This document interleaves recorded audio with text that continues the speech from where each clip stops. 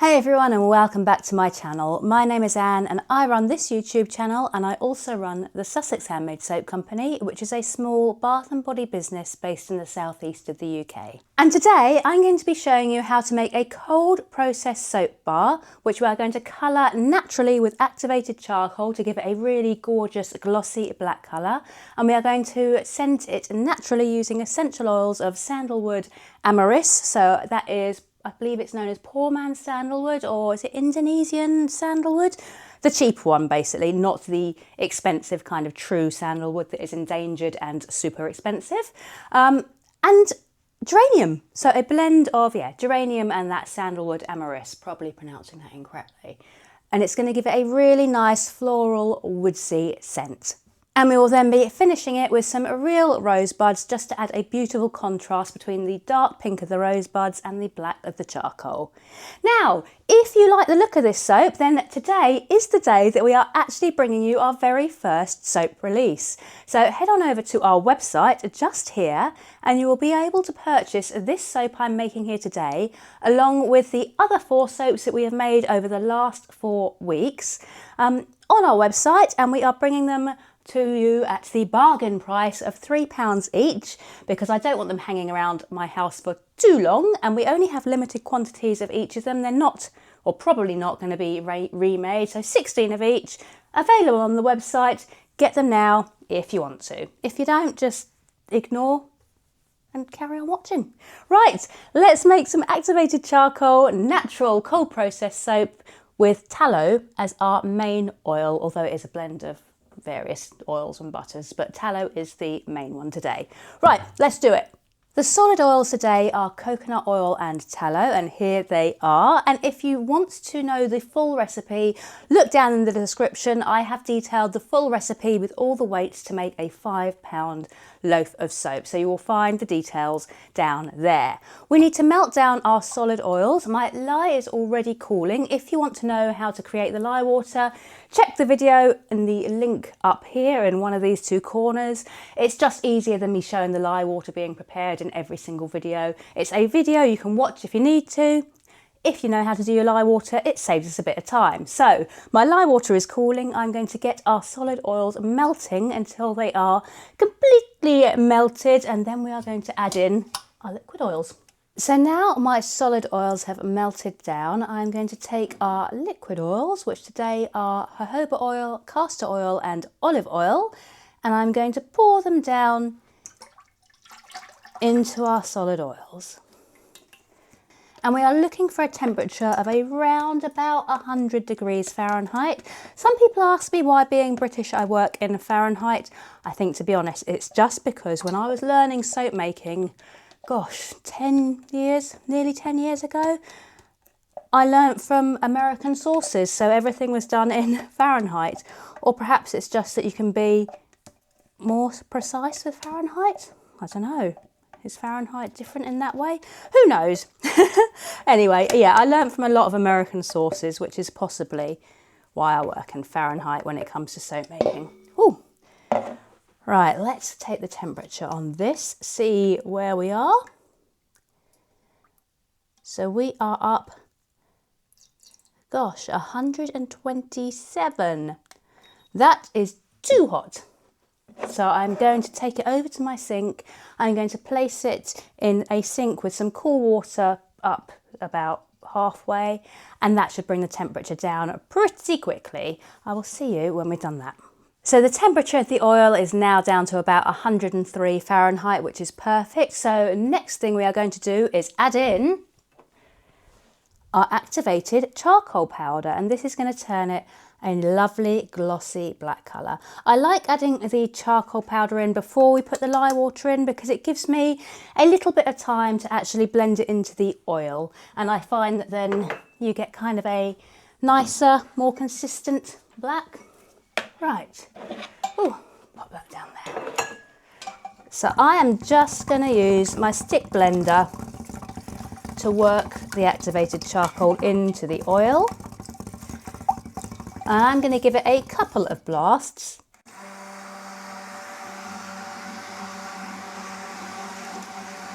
And the next thing we're going to do is bring in our lye water. So I'm going to get my gloves. Oh, these are so small. The measurements given on, I think it was Amazon, were not correct. I can barely get my fingers into them. Part of the reason why I blooming hate wearing them. We're also going to pop on, oh my goodness, pop on the goggles. I've got my hair tied back already. I've got my long sleeves and I have got my closed-toed shoes. Right, let's bring in the lye. And my lye is also sitting at around about 103 degrees Fahrenheit, so perfect for mixing. We are going down into the oils. And we are then going to use our stick blender to bring the mix to a light to medium trace. It's an easy pour today. There's no swirls, there's no different layers. So it's going to be a one colour, simple poured soap. So the thickness of the trace isn't as crucial as it sometimes is with other designs.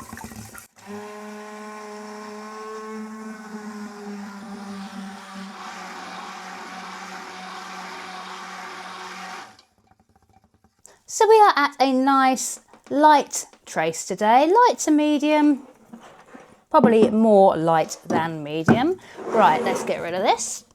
And now I'm going to be adding in our essential oils. And today we have got 2 parts geranium to 1 part of that Amyris sandalwood. Rose geranium does tend to accelerate trace, so this could thicken up relatively quickly.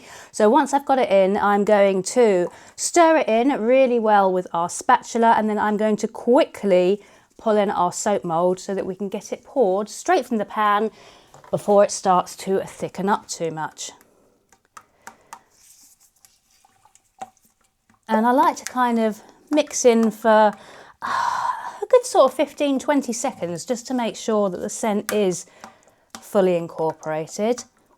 It doesn't appear to be thickening at the moment, so we have still got time. And I love this glossy black colour. I know I've said it before and I will say it again. There's just something about it that I'm really, really drawn to. Obviously, it doesn't stay as glossy in the finished soap. It takes on more of a matte appearance, but I still really like it, even with its matte appearance in the final soap. Right, let's get in the mould. And as I said, a lovely, easy soap today. We are pouring and we are literally just filling up our mould, one colour, all the way up, with our glossy black soap. Oh, tiny bit of excess in the pan, which I shall decant into another mould and keep as a kind of extra little bit of soap for me to use for whatever I want to use it for. Right, let's do that now. I've just realised that while most of my soap moulds I have marked inches, this one I haven't, so that is what I'm doing now, because I'm going to place our rose petals on this, rose buds on this soap as decoration, and I need to make sure that they are exactly where they should be, so that they don't get cut through tomorrow when we chop it up. Nearly done though. This is an incredibly difficult way of doing it though. I should have noticed before I made the soap and marked the mould before I filled it. And as I said, we are using real rosebuds to decorate our soap today for a simple but effective decoration. I love the contrast of the deep kind of dark pink against the black of the soap. These are from a company called To Get, and I do find that their floral decorations and botanicals do have really vibrant, bright colours, which is what we want. Now, we are going to decorate the top of this soap. So to do that, we are taking the buds one at a time. And I haven't quite decided if we're going to go for 4 or 3. Let's see what 4 looks like first. So pressing them into the soap. Nothing like, you know, not bothering to plan what you're doing before you do it. It's 2. I think actually 4's going to be too many, isn't it? 3. 4. Now that's terrible spacing by me. 2.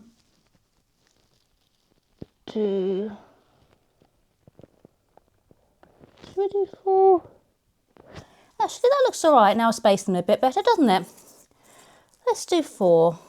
And even with my little marked lines, I know that I'm terrible at still having a bad habit of ignoring where my little line spaces are. So I really hope that when it comes to cutting this tomorrow, we can actually cut through it and we don't end up destroying any of these rosebuds. Now, those of you who are familiar with cold process soap will also be familiar with the fact that quite often rose petals in soap do go a not very pleasant to look at brown colour. Using the whole bud like this actually helps a little bit because obviously our soap batter isn't touching all of these rose petals, so they are not going to be so prone to toning brown. That's not to say they're not going to go brown at all. They may discolour a little bit. We might be lucky and end up with them not discolouring. Oh, natural things tend to have a habit of just doing exactly what they want to. Right, I'm going to work my way up the soap now, getting all of these in, and then I will show you what the finished loaf looks like. And there we have it, all of the rosebuds placed, hopefully nice and equally so that I don't end up chopping it all to smithereens tomorrow when it comes to soap cutter time. I think I've done an alright job, but no doubt there'll be something that goes wrong because let's face it, there always is. Always some sort of challenge to overcome, isn't there? But I am very happy with how it's... Whoa. Oh, God, don't do that. What an idiot. What an idiot. Right. Let's hope it's not going to slide out of the mould. Who does that? Right. And you can see on my B-roll footage anyway what it looks like. Right, I'm not going to move it anymore. Oh, look, I've gone over the edge. Right, I'll be back tomorrow. We'll chop it up. We'll see what it looks like. See you then. So 24 hours later, we are back with our soap loaf. I have already unmoulded it. And as you can see, it is looking quite nice and pretty. It's got a little bit of soda ash on the top. I'm not bothered about that. You can steam it off if you want to, but I've got a feeling if I try to steam it off with the rosebuds being on the top, they kind of just pick up the steam, get a little bit soggy and a little bit horrible. And I'm never especially bothered by soda ash, so it can stay. Right, let's bring in the soap cutter and get it chopped up. So I am just trying to line up the soap cutter. And it looks like I didn't do a bad job of getting those rosebuds in the correct place. That looks okay. Let's go down through the soap now. And I always find it really difficult using the soap cutter when I am up higher because I can't get the full force of my arms behind it to push down. But we have made it. We are through. Right, let's pick out one of the bars here. And on the inside, we have just got a glossy black soap. I've got a huge chunk of it here from where my soap cutter is missing a couple of wires. So I will chop this up, tidy things, and then we'll have a chat about the final soap. So I have now got rid of the soap cutter. We have got the finished soaps just here. The only thing I am now going to do to them is just clean up the edges a little bit because they are in need of just a little bit of TLC. I am literally just going to run my finger along the edges to get the loose bits of soap off and just to kind of tidy up their appearance a little bit. So I will do that to all of them. Then we are going to take them upstairs and leave them to cure for 4 to 6 weeks. In terms of the smell, at the minute I'm picking up the geranium more so than the amyris scent. So it has got that nice floral geranium scent to it, and there is the slight hint, the slight woody smokiness of the amyris there as well, but it is definitely the geranium that is coming through predominantly.